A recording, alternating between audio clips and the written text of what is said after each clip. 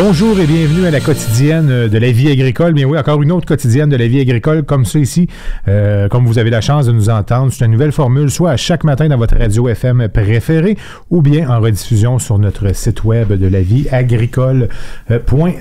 Je vous présente mes acolytes pour aujourd'hui, M. Simon Bégin, M. Michel Saint-Pierre et bien sûr mon co-animateur, M. Yannick Patelli. Messieurs, bonjour. Bonjour. Bonjour Sébastien, bonjour messieurs, d'être autour de cette table ronde. Bonjour M. Patelli aussi.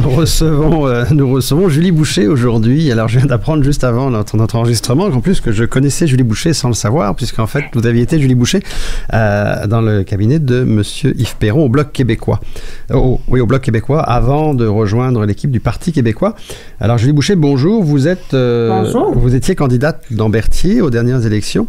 Alors évidemment, ça faisait un petit moment déjà que nous on voulait en fait échanger avec le Parti québécois sur les enjeux agricoles, agroalimentaires pour votre parti. Et finalement, on est content de savoir que c'est vous qui avez été choisi comme critique à l'agriculture.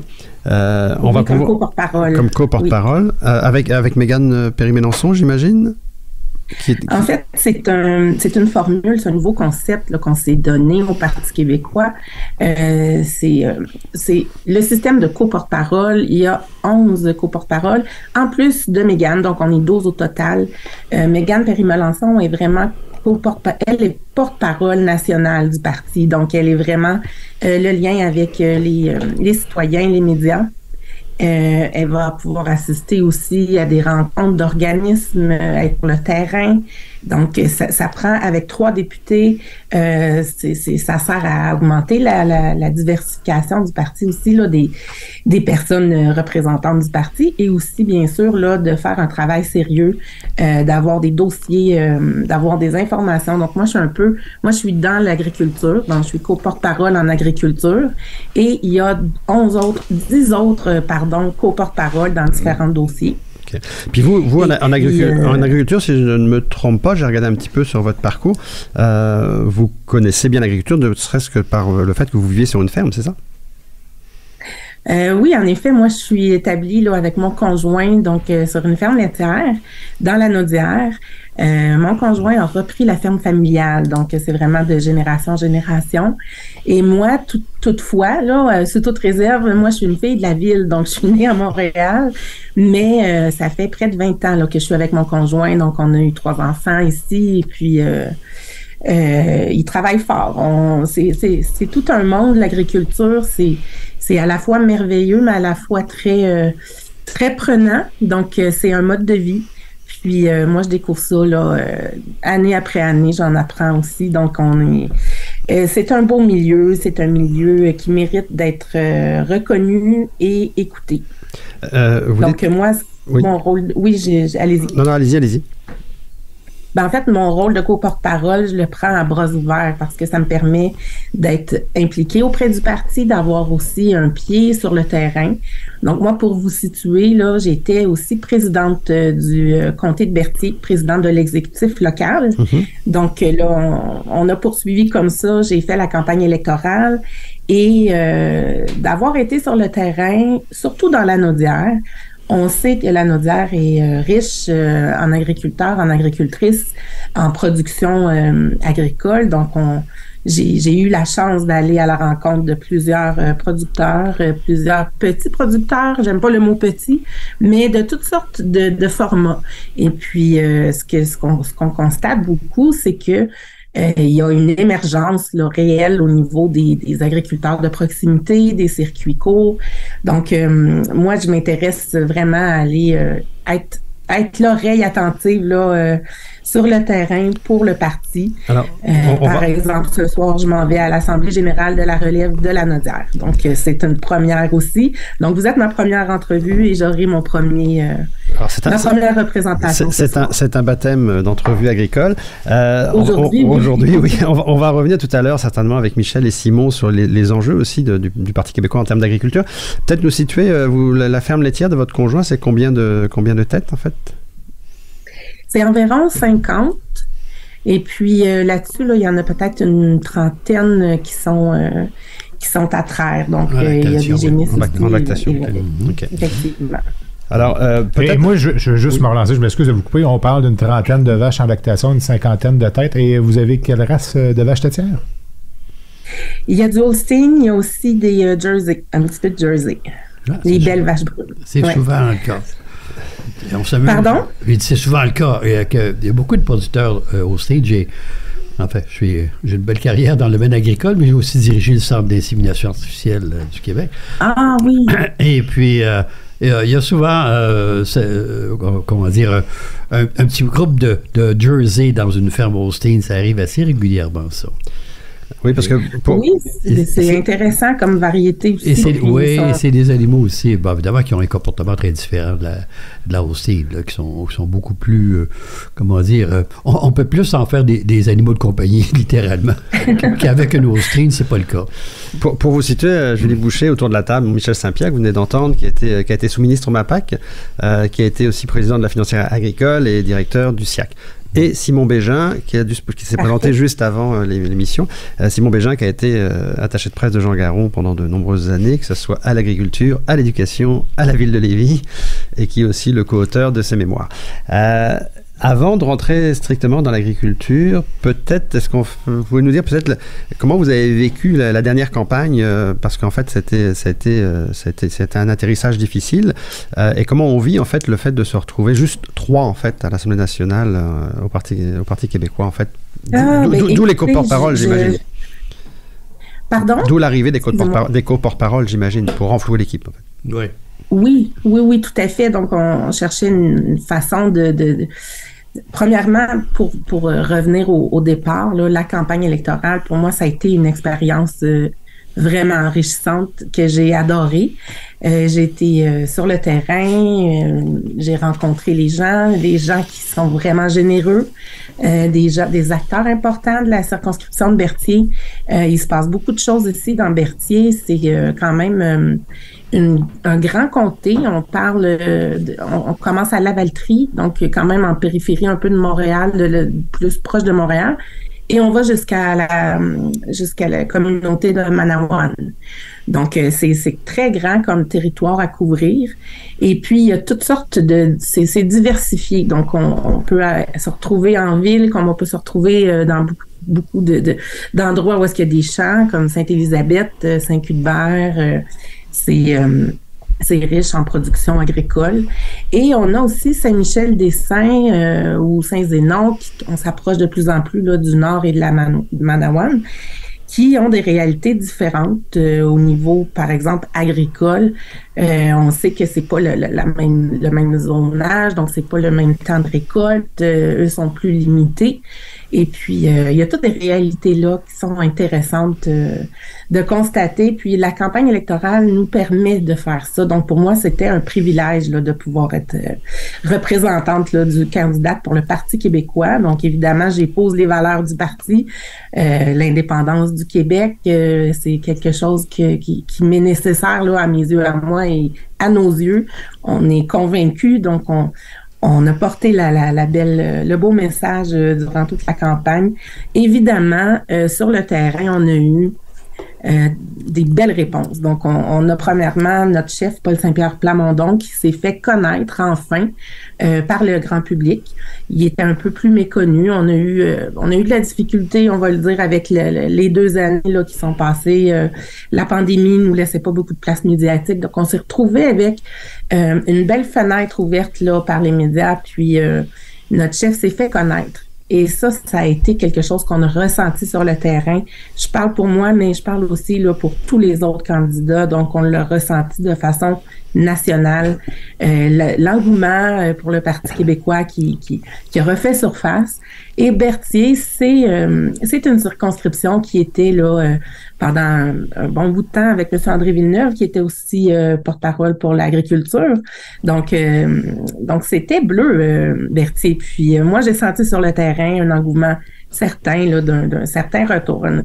Une curiosité et puis c'était très positif. Donc, on est sorti de cette campagne-là, oui, avec 3 députés, mais avec un engouement qui a été revigoré, je dirais, par rapport à l'ancien Parti québécois, si je peux dire. Parce qu'étant donné que j'étais aussi présidente du conseil exécutif local de Berthier. Moi, j'ai eu la chance d'assister un peu à la reformulation des statuts du parti. Donc, on s'est vraiment renouvelé. On a axé sur notre point 1 dans les statuts, c'est-à-dire l'indépendance du Québec. Et ça, les gens l'ont apprécié. Et là, on voit sur le terrain le résultat de ça. Donc, je parle de ça, c'était en 2019. Concernant la campagne politique, vous aurez peut-être l'occasion d'en parler avec Simon, qui a un peu d'expérience là-dedans. Mais juste pour, avant de donner la parole à Michel et Simon, juste une question par rapport à l'agriculture. Bon, j'ai regardé le programme du Parti québécois. Vous aviez listé beaucoup de choses au niveau des pêches, agriculture, transformation agroalimentaire. On reviendra peut-être dans le détail sur des choses tout à l'heure si on a le temps, mais peut-être deux choses que j'ai notées. C'est écrit noir sur blanc, encourager le développement de l'agriculture en serre à l'année et surtout amener en fait une souveraineté alimentaire avec 70% des achats des institutions en fait de produits québécois. Est-ce que c'est quelque chose de nouveau ou finalement vous vous dites non, finalement ils sont en train déjà de le faire parce que la CAQ nous promet ça un peu aussi, non? Oui, j'ai cru remarquer effectivement. Écoutez, dans le fond, nous, ce qu'on veut, c'est vraiment axer sur l'indépendance alimentaire. Donc, évidemment, on peut pas faire fi du virage aussi là qu'on doit effectuer au niveau de l'environnement. Donc, effectivement, la production en serre, c'est quelque chose qui va aussi allier la protection de l'environnement par ces circuits courts. Donc, on va développer une autonomie, une indépendance alimentaire. Et c'est quelque chose qui est positif là, et pour l'environnement et pour notre économie au Québec. Donc, c'est quelque chose qu'on avait mis, oui, dans le programme et qui est là toujours. Là. Donc, pour nous, c'est positif. Là. Donc, c'est positif que... Et pour ce qui est des institutions, oui, le gouvernement a amplement la capacité de dire, oui, on va faire la promotion de nos aliments du Québec. Donc, c'est un peu de donner l'exemple. Il faut que le consommateur aussi puisse se tourner vers les aliments du Québec. On l'a vu avec la pandémie, combien cet aspect-là de nos vies est primordial. Donc, l'agriculture, c'est la base. Et puis, il faut pouvoir compter sur nous-mêmes, peu importe les conditions extérieures économiques, géopolitiques et tout ça, pour pouvoir justement se fier sur nous, donc être indépendant. Et puis ça comprend toute une panoplie aussi là, de visions. Entre autres, là, si je pense justement à la réciprocité des normes, si je pense exiger que les produits qui rentrent soient aussi de qualité que nous produisons. On nous demande une certaine qualité, on doit pouvoir recevoir la même qualité. Et puis, ne pas dépendre aussi des échanges, des accords internationaux. Donc, être assis à la table de négociation, ça fait partie aussi de nos objectifs. Donc, si on était assis... La raison pour laquelle je mettais ça en avant, c'était pour voir si en fait, quand des bonnes idées sont portées parfois par d'autres partis, ça reste des bonnes idées aussi. Juste pour refaire le lien aussi, on a vu aujourd'hui que concernant la gestion de l'œuvre, on sait que le Bloc québécois travaille fort pour faire entrer la gestion de l'œuvre dans un projet de loi. Puis aujourd'hui, il est sorti l'information, je pense que Mme Bibeau a laissé entendre qu'elle allait soutenir en fait la demande du Bloc québécois. Donc en gros, ce que je voulais passer comme message, c'est on se rend compte que des fois, des bonnes idées peuvent être portées par plusieurs partis. Ah oui. Oui, tout à fait. Écoutez, moi, j'ai Véronique Yvon, qui est une grande inspiration pour moi au niveau comme femme politique. Elle était reconnue justement pour amener des idées, puis aller dans la vraiment transpartisanerie pour justement que tout le monde se mobilise et puis fasse avancer les idées. En fait, la politique, moi, je me dis, on veut le meilleur pour notre monde. Donc, évidemment, il faut pousser dans ce sens-là. Je pense que les gens s'attendent à ce que les gens travaillent ensemble au niveau politique. Alors, Julie Boucher, je vais devoir vous interrompre. Je vais juste vous interrompre pour une courte pause et après on revient. Je vous mets dans les mains de Simon Bégin et Michel Saint-Pierre. Merci.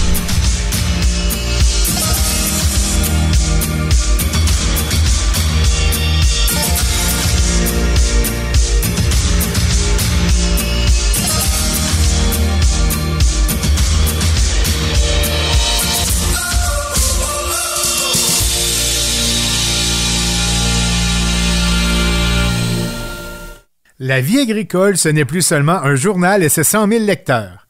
Découvrez aussi nos plateformes web sur www.lvatv.ca. et écoutez nos podcasts dans 13 radios FM à travers le Québec et l'Ontario francophone. Une portée de plus de 1,5 million d'auditeurs. La vie agricole, par son émission La Quotidienne, se répand partout en région pour parler des vrais enjeux du Québec. Chez Belle-Île, on met en valeur les ressources de la ferme pour soigner les animaux d'élevage. On appelle cela l'autonomie alimentaire à la ferme. Nourrir l'autosuffisance. Voilà comment nos conseillers vous aident chaque jour. Belle-Île Solutions Nutrition. On nourrit ce que vous mangez. L'encanteur René Hood peut vous aider grandement à obtenir le juste prix, que ce soit pour un troupeau de vaches laitières et ou pour la marchandise de ferme à vendre. Le travail d'une vie vaut la peine d'être confié à une équipe de professionnels. L'encanteur René Hood et son équipe de professionnels pour obtenir le bon prix dans un encan. Visitez encanhood.com.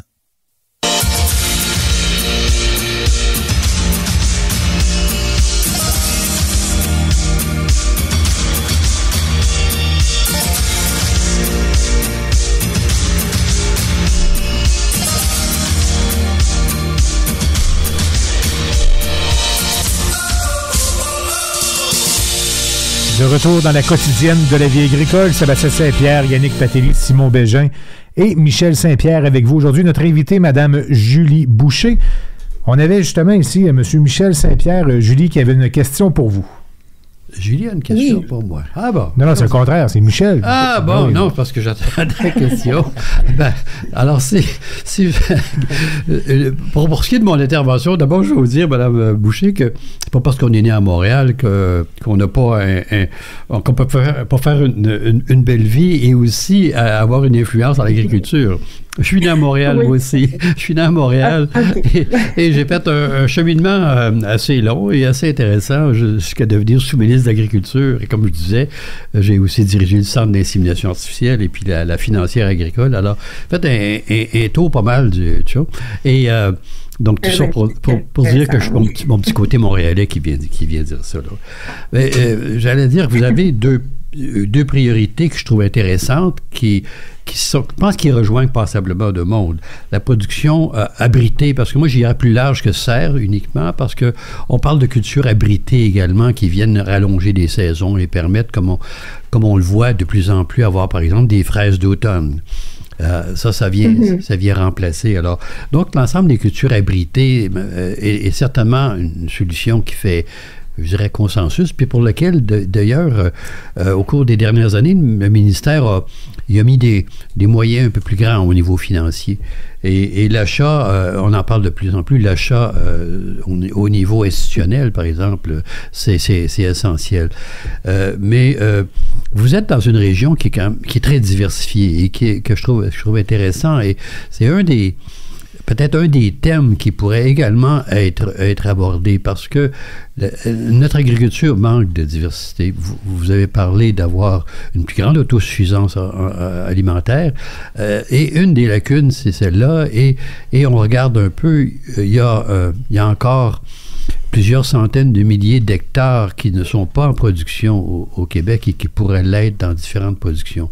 Alors, c'est tout juste une sorte de suggestion à ajouter à l'arsenal, ou enfin, je dirais, en tout cas, au programme pour promouvoir ça. Et ça, c'est un petit peu à nous, ici, ainsi qu'à l'Institut Jean Garon, là, que je co-préside, c'est un peu notre leitmotiv, c'est notre raison d'être, c'est de promouvoir un modèle d'agriculture plus diversifié, plus près des gens, circuits courts, etc.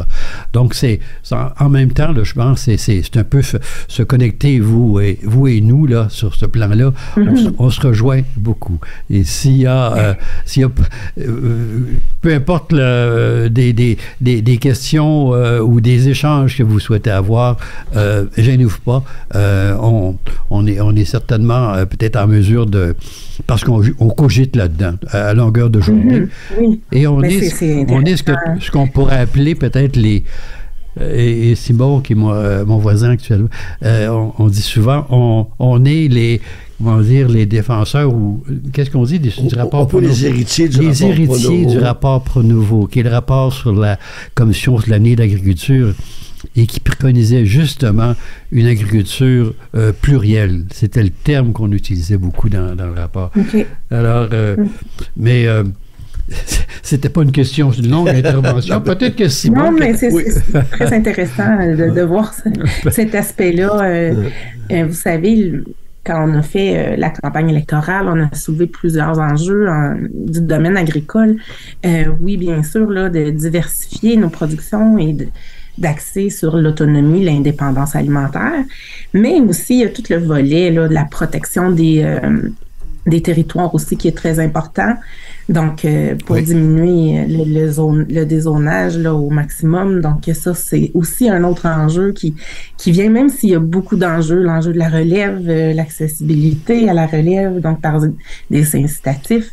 Il y a plusieurs choses. Et moi, dans ce mandat-là, ce que je fais, c'est que je vais être à l'écoute et je vais suivre aussi, évidemment, l'actualité agricole. Donc, bien sûr que je viendrai fouiller votre page de balado sans problème, avec intérêt.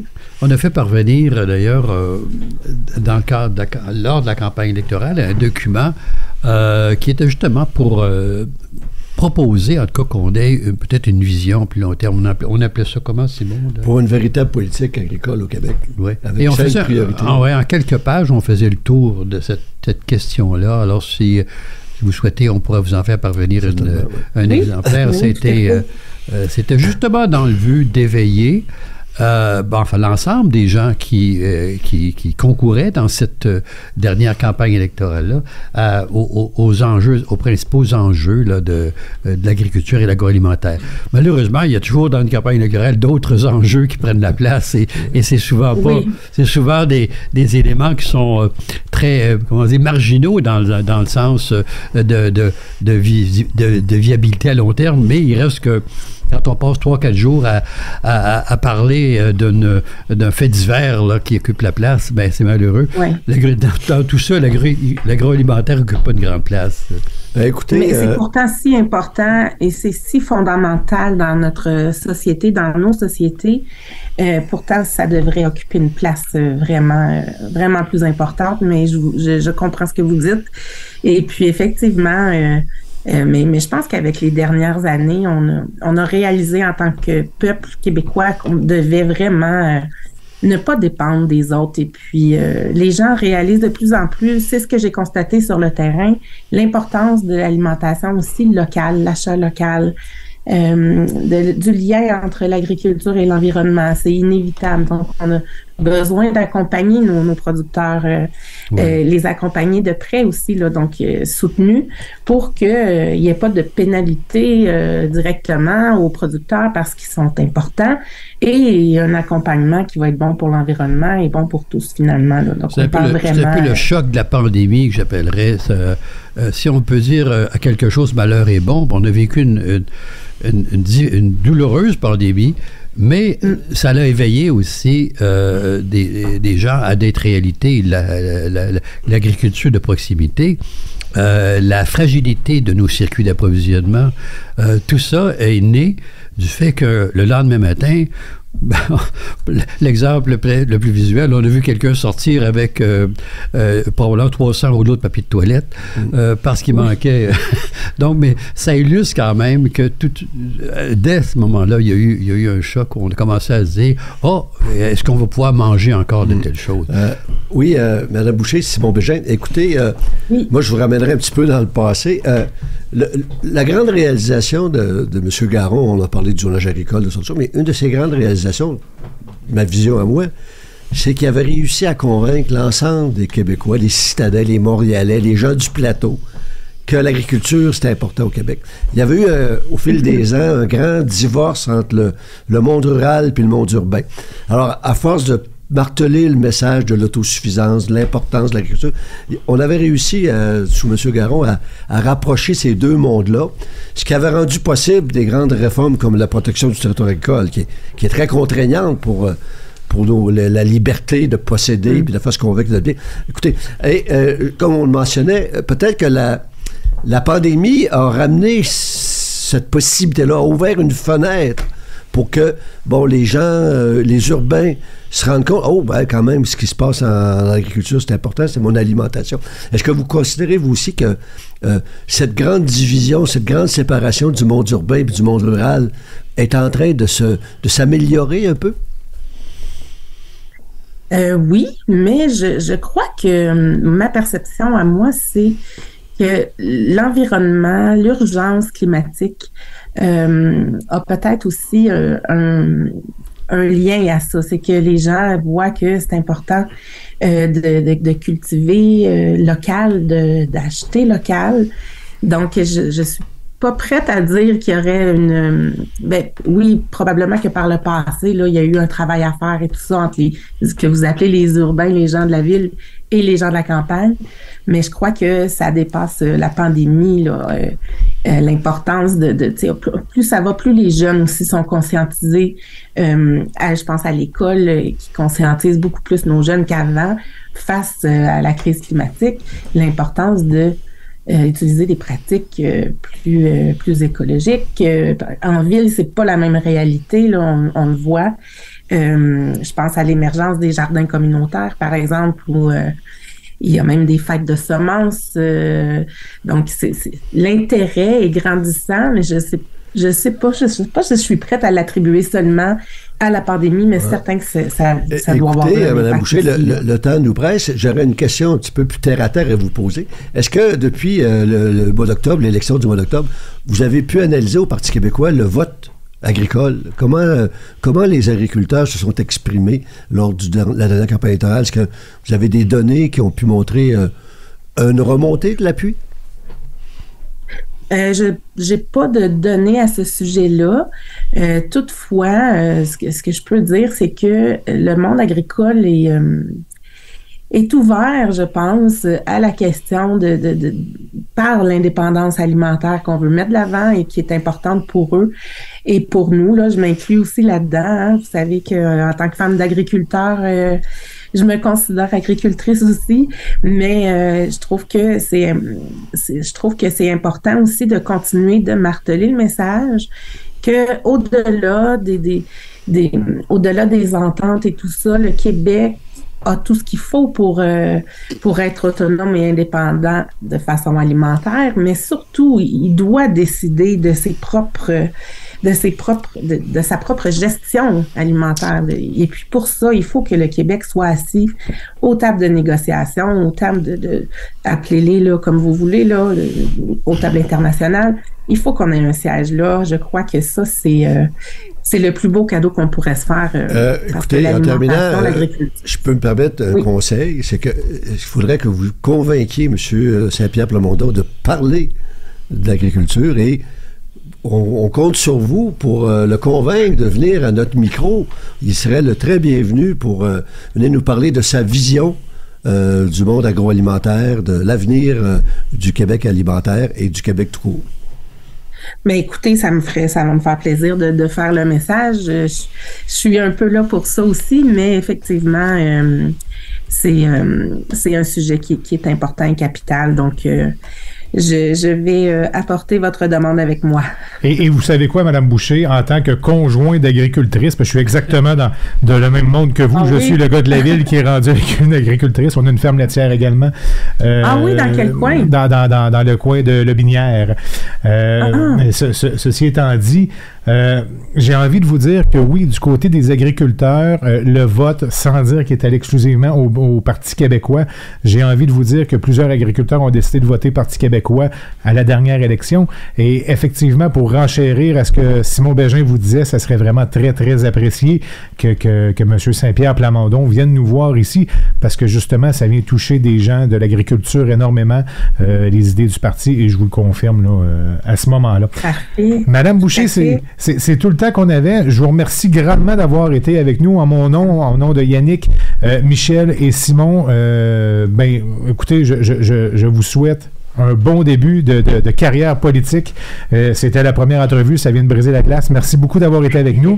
Merci beaucoup de l'invitation, ça m'a fait plaisir et puis ça me fera plaisir de refaire une autre entrevue éventuellement. Et en souhaitant vous reparler ultérieurement. Merci beaucoup. Merci, Mme Boucher. Merci. Parfait, merci beaucoup. Bonjour.